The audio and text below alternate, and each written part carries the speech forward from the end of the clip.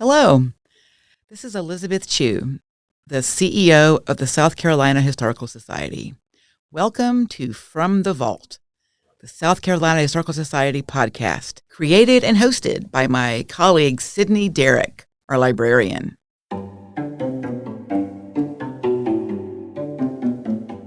This podcast will demystify archives. I am passionate about convincing people that archives are not in any way boring. They are, in fact, incredibly interesting. Who doesn't like to read stories about other people? Imagine spending all day long in a library reading someone else's diary. That is what historians and people who use archives do every day. From the Vault, we'll be telling stories of all South Carolinians from the perspective of the many fascinating items in our large and important archival collections. Hello and welcome to From the Vault, the podcast brought to you by the South Carolina Historical Society. As you just heard from Elizabeth, I'm Sydney Derrick, librarian at the Society. And today we are talking about the Futerells, the family of the man who was Henry Lawrence's jailer in the Tower of London, but whose children ultimately became wards of Henry and lived and died here in America after the war. But before we get into the episode, let's hear some announcements. We are celebrating summer with Mornings at the Fireproof, a relaxed gathering with coffee one Thursday a month on the patio of our Fireproof building at 100 Meeting Street here in Charleston. Join us August 14th from 8 to 9 a.m. and get the chance to chat about local history and community happenings with our CEO, Elizabeth Chu, and others. You can find more information about that event at our website, schistory.org. And as we gear up for back to school, I want to send out a reminder that our Traveling Archive program, created by our education coordinator, Melina Teston, is a great way to learn about history. The program features high-quality reproductions of maps, letters, order books, and more from the 18th and 19th centuries. Teachers can get more information on that and find out how to schedule a classroom visit by going to our website, schistory.org, and clicking on the Education tab at the top of the page. And new things are happening at our museum. We are in the process of installing our exhibition on the American Revolution called Voices of the Revolution in South Carolina. It's scheduled to open next month in September, so stay tuned for more updates on that. And now let's talk about our sources. For this episode, we used the Henry Lawrence papers housed in our archives, an online article, Henry Lawrence's 15 Months in the Tower by Bob Ruppert, accessed on the Journal of the American Revolution's website, an article in the South Carolina Historical and Genealogical Magazine, Volume 29, Number 2, titled Inscriptions from the Independent or Congregational Circular Churchyard, Charleston, South Carolina, a vertical file on the Futerell family in our archives, findagrave.com, David and Martha Lawrence Ramsey, by Margaret Simmons Middleton, The Papers of Henry Lawrence, Volumes 15 and 16, edited by David R. Chestnut and C. James Taylor, and City of Charleston Directories. On July 25, 1831, a notice was published in the Charleston Mercury newspaper, which read, "To relatives and friends of Dr. James Ramsey and of Henry L. Pinckney, the Reverend, the clergy, and the present and former pupils of the Miss Ramseys are invited to attend the funeral of Mrs. Catherine Futerell from the residence of the Miss Ramseys in Broad Street this morning at 8 o'clock without further invitation." This notice, posted by grandsons of Henry Lawrence, was the first memorialization of their family friend, Catherine Futerell. The obituary that followed a few days later would refer to her as the lamp that guided them, the hand that sustained them, and a true and sterling friend. She was not related to the Lawrence family, nor to any other branches, but she became an integral part of the family. Catherine Futerell was born in London in 1764, the daughter of Catherine and James Futerell. James was a jailer at the Tower of London, and in 1780, he became one of the yeoman warders of Henry Lawrence when Henry was arrested and imprisoned for treason, an imprisonment that would last about 15 months. Now, a yeoman warder today is what you might think of as a beef eater. the men in very elaborate military dress that work at the Tower of London basically as guards. At the time, warders were also responsible for guarding prisoners. To quote portions of the orders given when Henry was brought to the Tower, quote, "The warders are appointed to keep a close prisoner, not presume him for a moment alone, night or day, no pen, ink, or paper brought into the prisoner, nor he suffered to use any or to receive any papers or books of any kind until they are examined by some one of the officers. No person to have admittance into the room, or to speak to him but by particular order, nor any clothes, linen, or woolen, or anything whatsoever to be carried out or brought into the prisoner until they are examined, and the warders must not suffer the prisoner to walk in any room of the house." Now, Henry was housed in the quarters of James and his family, so his wife Catherine, his daughter Catherine, and James's son, also named James. And because of their names, this story could get a little confusing. So fortunately, the daughter Catherine, who would later become very close to the Lawrence family, it was often called Kitty. So that's what we're going to call her here to differentiate between mother and daughter. And we'll call the son James Jr. In a narrative that he wrote after he was released from the Tower, Henry wrote that Major Gore, who was governor of the Tower, was particularly cruel to him, ordering him to the Futerells' quarters because it was the most conspicuous part of the building, and Gore wanted to embarrass Henry. And he reports that the Futerells actually asked Gore not to assign them a prisoner, saying they didn't want the responsibility, but Gore gave them Henry anyway. So Gore and Henry were pretty much enemies from day one, and we'll talk more about that in just a little bit. But Henry describes the Futerell family as, quote, "respectful and kindly attentive to me from the beginning of my confinement to the end." He was actually able to thwart Gore's plan to put him on display in the Futerells' quarters by arranging for honeysuckles and grapevines to grow over his window so people could not see inside and gawk at the American prisoner. And Henry was eventually allowed occasional visitors, almost always with a warder present, including some of his family. The Lieutenant General of the Tower, Charles Vernon, ordered him to be able to walk outside, but Governor Gore made the process so difficult that Henry sometimes refused the opportunity because he knew Gore was going to make it worse than it was actually worth having the fresh air. As the months went on, Henry and the Futerells seemed to have developed a good relationship. Henry was often ill. He suffered from gout and other issues, and James's wife, Catherine, was known to act as a nurse for him when he was in poor health. And she also may have smuggled letters from Lawrence out of his jail cell and helped them get to their intended recipients. In his narrative, Lawrence wrote, quote, "About this day, a kind, and as she afterwards proved, a very faithful friend, offered her service to convey for me any letter or note to my friends in the city and carefully bring their answers. At first, I entertained doubts, apprehending the kind offer might descend from Whitehall, projected for ensnaring me. After a few days being again urged by the good woman, I made a trial.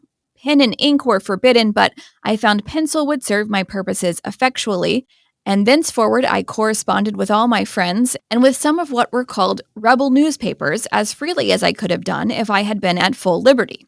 My penciling was generally copied by a friend out and sometimes by one in the Tower."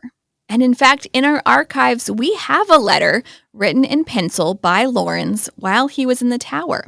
A note on the letter indicates that a friend will ink the letter, but that was clearly never done. It's still in pencil. But I like to think about whether or not James knew that Catherine or someone in his household was doing this. And I have to think that he did. Henry continued to correspond with the Futerells after his release, so I don't think he would have written a narrative about his experience with this in it and then continued a friendship with James if he knew that James was unaware. And as we'll see shortly, James allowed his children to go to South Carolina and live with Henry.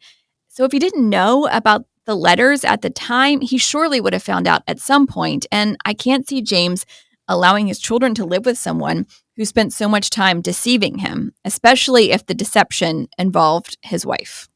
There are some retellings of Henry Lawrence's story, including a book, television show, and a play, that indicate that he had an affair with his jailer's teenage daughter while he was imprisoned in the Tower, and that she was the person who actually smuggled his letters out. Some of these stories name the girl as Elizabeth Vernon, and while there was a man named Vernon at the Tower, if you remember a few moments ago, I talked about Charles Vernon, who was the lieutenant general there. He was not Henry's direct jailer.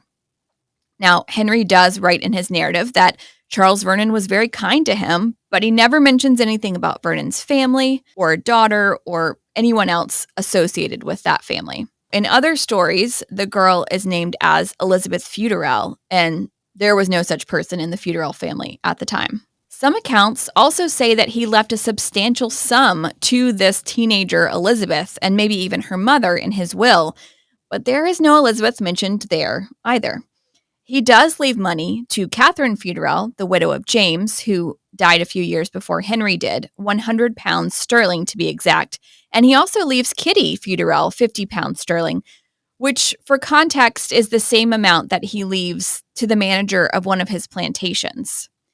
And for a little more context, he left thousands of pounds to each of his children and their families, in addition to plantations, houses, and other lands. So that gives you an idea of the amounts that he was doling out there and shows you that Kitty and her mother got substantially less than any of the other family members. Most accounts also say that when he left England several years after his release from prison, he never saw the teenager again.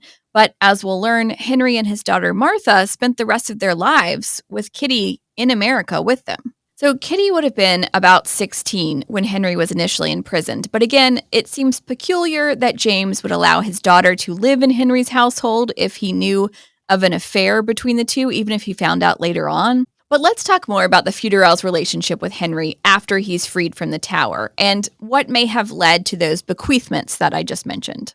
When Henry was released in December of 1781, he had been imprisoned for about 15 months, and he had to pay for his own food and guard, and he was oftentimes not provided a doctor when one was needed for his gout. But as I mentioned before, Catherine did nurse Henry when it was needed, and Henry writes in a letter, quote, "The G," meaning gout, "is indeed rugged, but he has in the bearer a nurse and respectful attendant.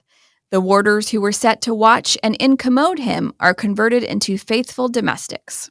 So this shows a little bit about Henry's relationship with both Catherine and her husband James, and it seems like a pretty warm one. He calls them faithful domestics, so that means that tells me that they were helping him and sort of taking care of him a little bit. As I mentioned, after his release, Henry did stay in England for a time, with some of his family joining him, and then he traveled to France to participate in the Treaty of Paris discussions before eventually returning to South Carolina. His oldest daughter, Martha, traveled with him during this time, and she became close to Kitty Futerell, taking her on as a member of her household, and Kitty was basically a servant for Martha, kind of a lady-in-waiting type situation. And as I alluded to before, Kitty would spend the rest of her life working for Martha. In June of 1782, Henry writes to a friend named Edward Bridgen, who also knew the Futerells, and asks him in a postscript to, quote, "remember me particularly to my good nurse at the Tower and her family." In June of 1784, Henry writes to Martha, who was in Bath, England at the time, commenting on a potential marriage between a servant named John and Kitty, although that marriage never seems to have come to fruition. In September of 1784, Henry Lawrence writes to Edward Bridgen and asks him to tell Catherine Futerell that if James Jr. wants to come to Charleston, Henry will pay for his passage and take care of him. And in a January 1785 letter to Edward, Henry writes in a postscript, quote, "I shall soon write to the good friend at my old barracks.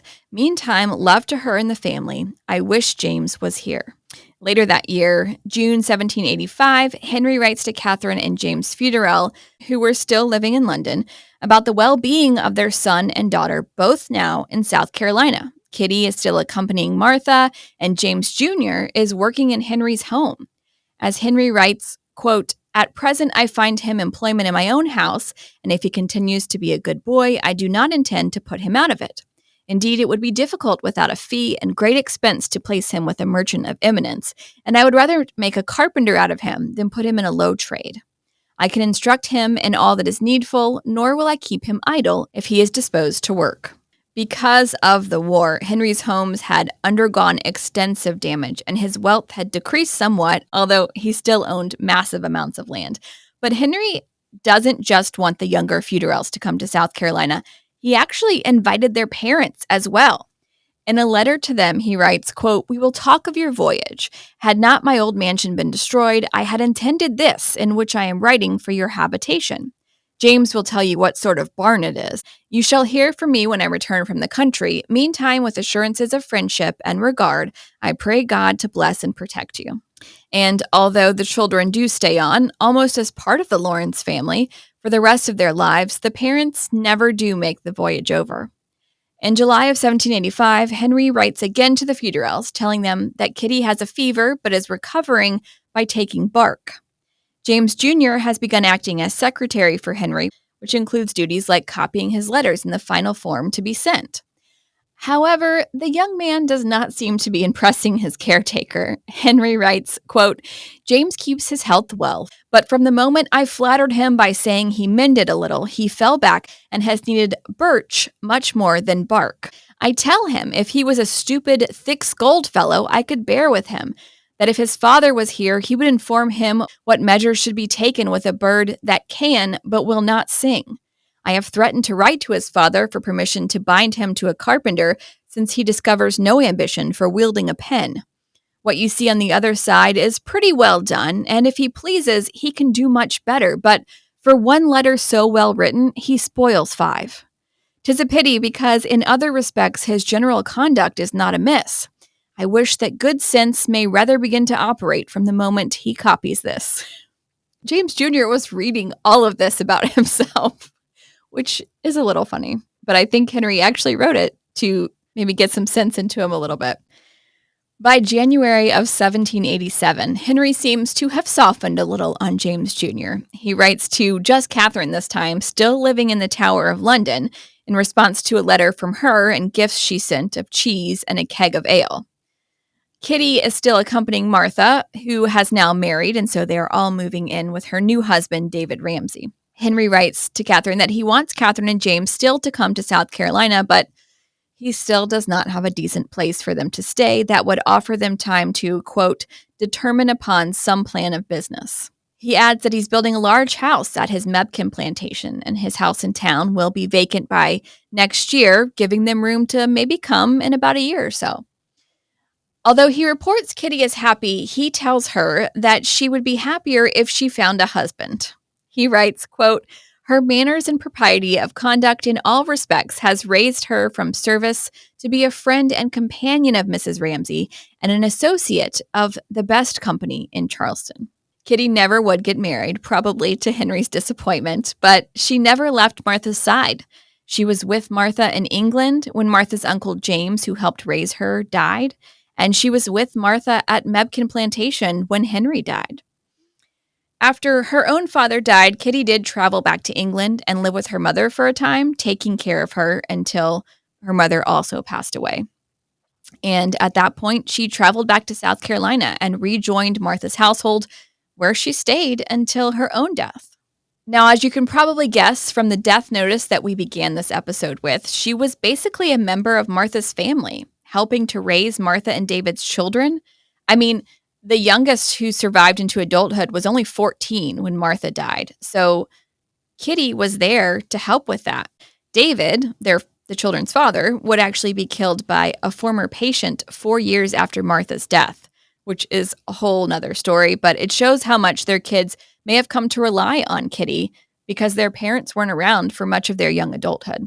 In fact, one of Martha and David's sons, also named David, would name a daughter Catherine Futerell Ramsay. This younger David actually married his first cousin, another of Henry Lawrence's grandchildren, but again, that's a story for another time. James Futerell Jr. does not seem as entrenched in the Lawrence family as his sister, but notices in the newspaper show that his estate after his death in 1824 was managed by James Ramsay, another one of Martha and David's children, so clearly he was still living in the United States, still connected to the Lawrences. And he does appear in the Charleston City Directory several times during the early 1800s, and according to that, he became a teller at the South Carolina Bank. When she died, Kitty Futerell was buried with Martha and David Ramsay in the family plot at the Circular Congregational Church, according to the inscription on one of the family tombstones there. It reads, quote, And nearby lie the remains of Dr. David and Martha L. Ramsey and of Catherine Futerell, their friend. These all died in faith. So I love this story of the Futerell family because it seems so unlikely.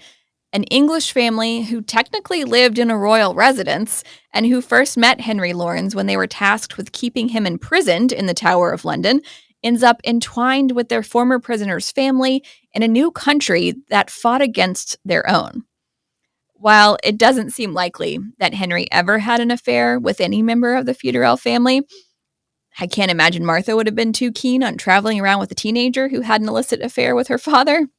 There was absolutely a strong connection there. Henry was grateful for the Futerells' kindness, especially Catherine's kindness, in helping him when he was ill, and he showed it by treating their children the same way as he treated his own. So we're going to end it there, and that's all for this month, but we'll see you back here on the second Monday of next month for September's episode.